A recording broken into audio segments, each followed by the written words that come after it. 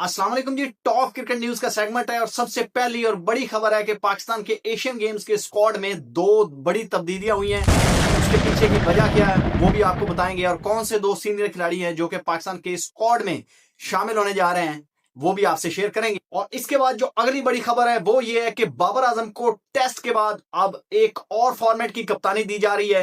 पाकिस्तान के साबिक chief selector और पाकिस्तान के एक साबिक टेस्ट क्रिकेटर ने यह खबर जब ही सोशल मीडिया पर शेयर की तो आग की तरह फैल गई और अब आकिब जवेद से इसके ऊपर सवालात हुए हैं और उनके पास कई ऐसे सवाल थे जिनके जवाबात भी नहीं थे।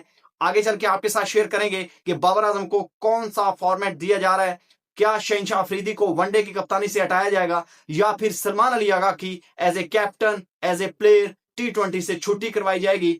इसके ऊपर तफसील से बात करेंगे आगे चल के वीडियो में। और इसके बाद जो अगली बड़ी खबर है कि पाकिस्तान के उभरते हुए सितारे फास्ट बॉलर 150 की स्पीड से बॉलिंग करने वाले अली रजा के ऊपर आकिब जवेद ने एक टैग लगाया है कि जिसकी वजह से उनको इंटरनेशनल क्रिकेट में नहीं शामिल किया जा रहा, उनको रोका हुआ है। उसके पीछे की एक वजह बताई है जी आकिब जवेद ने ऑन एयर।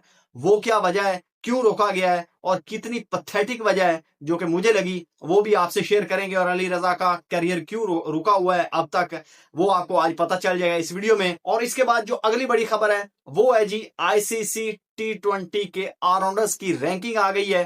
पाकिस्तान के 3 खिलाड़ी हैं जो कि T20 और ODI की रैंकिंग में टॉप पर मौजूद है।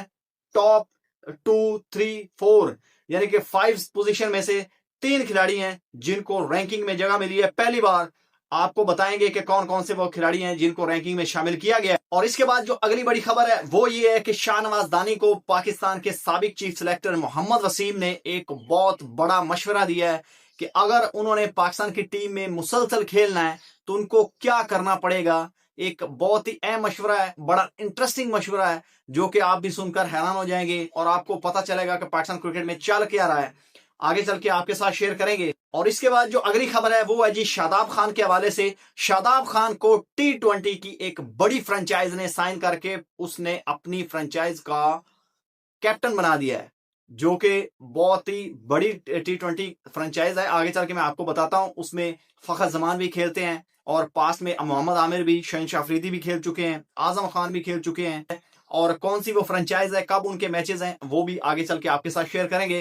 तो वीडियो को एंड तक देखिएगा। अगर चैनल पर पहली बार आए तो चैनल को सब्सक्राइब और बेल आइकन को जरूर दबाइएगा ताकि हमारी आने वाली वीडियोस का आपको नोटिफिकेशन बर वक्त मिलता रहे। वीडियो को शुरू करने से पहले आपसे एक सवाल है जो कि आपके सामने ये स्क्रीन पर है कि इनमें से कौन सा वो प्लेयर है जिसको पाकिस्तान की फ्यूचर में T20 का कैप्टन होना चाहिए। आपने बिल्कुल बायस होकर फैसला नहीं करना, बायस होकर कमेंट नहीं करना। आपने जो वो सोच समझ कर और मेरिट पर ये बात बतानी है कि कौन है जो इनमें से डिजर्व करता है पाकिस्तान की T20 की कप्तानी के लिए। तो आपने कमेंट में बताना है और आगे जो वो मैं भी अपनी राय आपके साथ शेयर करूंगा। तो सबसे पहले जी शुरू करते हैं। पाकिस्तान के एशियन गेम्स के स्क्वाड में जो तब्दीलियां होने जा रही हैं उसमें बताया जा रहा है कि 2 खिलाड़ी हैं जो कि कैंप लगाया गया था और लाहौर में इस कैंप में जो व्हाइट बॉल कैंप था उसमें कुछ ऐसे खिलाड़ी हैं जो कि एशियन गेम के स्क्वाड में शामिल थे।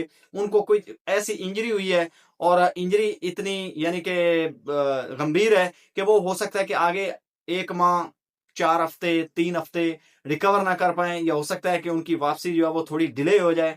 तो उनकी जगह पर PCB की तरफ से 2 सीनियर खिलाड़ियों के हवाले से सोशल मीडिया पर यह खबर आई है कि ये जो 2 खिलाड़ी हैं इनको इस T20 एशियन गेम्स के स्क्वाड में हो सकता है कि शामिल कर लिया जाए।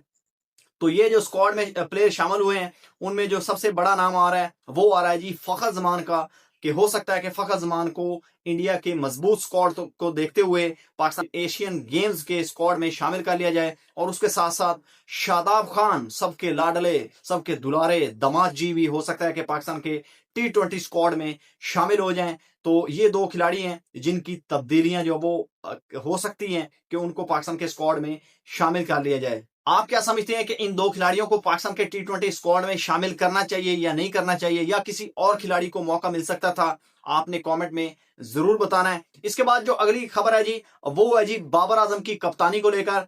PCB के इस वक्त के करता धरता फ्रंट मैन आकिब जवेद के साथ ये सवाल हुआ है कि आपने बाबर आजम को कितने अरसे का टेन्योर दिया है, यानी कि टेस्ट की अगर आपने कप्तानी दी है तो कितने साल के लिए दी है, क्या वो ये 2 सीरीज के कप्तान हैं या फिर आगे आप उनको कंटिन्यू करना चाहेंगे। तो जो आकिब जावेद है उन्होंने जी मुस्कुराते हुए जवाब दिया है कि हमने बाबर आजम को कम अज कम अगले 2.5 साल के लिए, यानी कि 2 से 2.5 साल के लिए कैप्टन बनाया है और हम देखना चाहते हैं कि हो सकता है कि वो 2028-29 तक भी उनको टेस्ट के लिए कंटिन्यू किया जाए, जो कि मेरे लिए एक बहुत बड़ा सरप्राइज है कि पीसीबी में किसी भी बंदे की जगह इतनी पक्की नहीं है सिवाय आकिब जावेद के कि उसको इतना लंबा टाइम दिया जाए। तो आकिब जावेद के इस बयान को सुनते हुए हम भी देखते हैं कि क्या आगे बाबर आजम को इतना लंबा टेन्योर दिया जाता है या फिर एक बार फिर उनको बीच में रिमूव किया जाता है।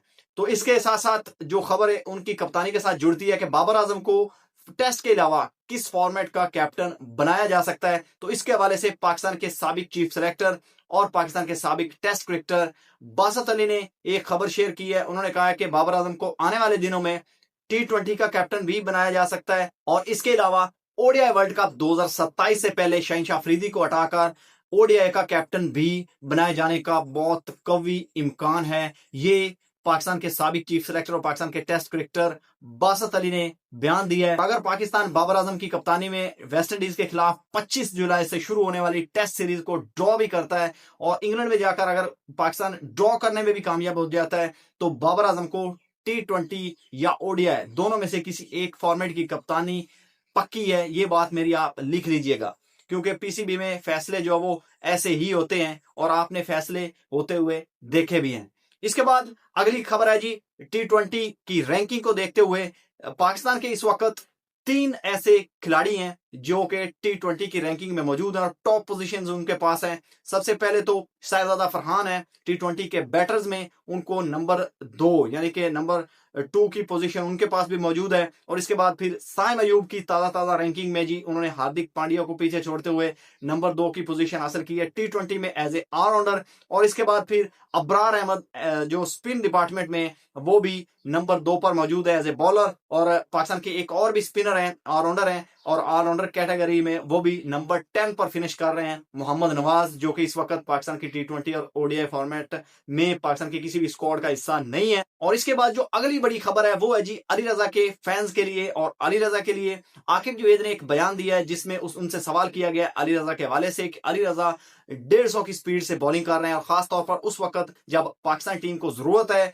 दूसरी टीमों के जो फास्ट बॉलर हैं वो 145 प्लस बॉलिंग करके पाकिस्तान के बैट्समैनों को तंग कर रहे हैं। और उन्हीं विकेटों पे पाकिस्तान के जो भागते हुए स्पिनर हैं जिसमें शहनशाह अफरीदी हैं, हसन अली हैं और मोहम्मद अब्बास हैं, उनसे 125-30 से ऊपर बॉलिंग हो ही नहीं रही। तो क्या ऐसा नहीं हो सकता कि पाकिस्तान अपने जो फास्ट बॉलर की यंग लॉट है आकिब जावेद, अली रजा को खासतौर पर उन्होंने मेंशन किया कि उनको लेकर जाया जाए टेस्ट क्रिकेट में। तो आकिब जावेद ने जी बड़ा इंटरेस्टिंग जवाब दिया है और उन्होंने कहा है कि अली रजा की जो फिजिक है, जो उनकी जिसामत है, अभी तक वो इजाजत नहीं देती कि उनको पाकिस्तान की आगे टेस्ट क्रिकेट में शामिल किया जाए।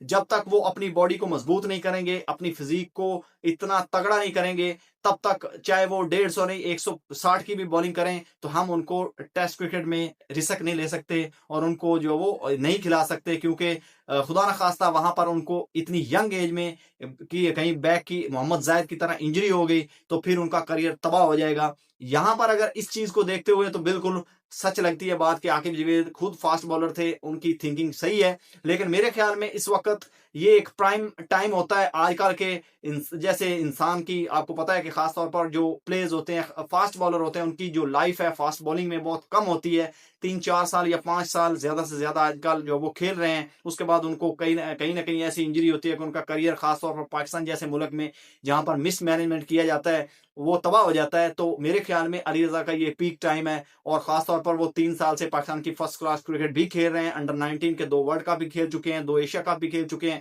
और परफॉर्म करके डोमेस्टिक में उन्होंने बताया भी है, पीएसएल में भी तगड़ी बॉलिंग की है। तो मेरे ख्याल में ये एक अच्छा वक्त है कि उनको पाकिस्तान की टेस्ट क्रिकेट में जो वो कहीं ना कहीं अगर 3 टेस्ट मैचेस होते हैं तो 1-2 में कहीं ना कहीं ट्राई किया जा सकता है विकेट को देखते हुए।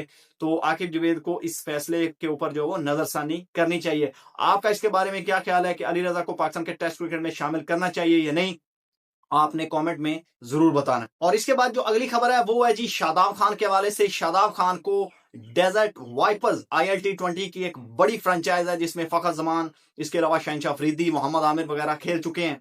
अब ग्लोबल सुपर लीग में ये टूर्नामेंट हो रहा है, 5 टीमों पर मुश्तमिल ये टूर्नामेंट है, ये आप स्क्रीन पर देख सकते हैं।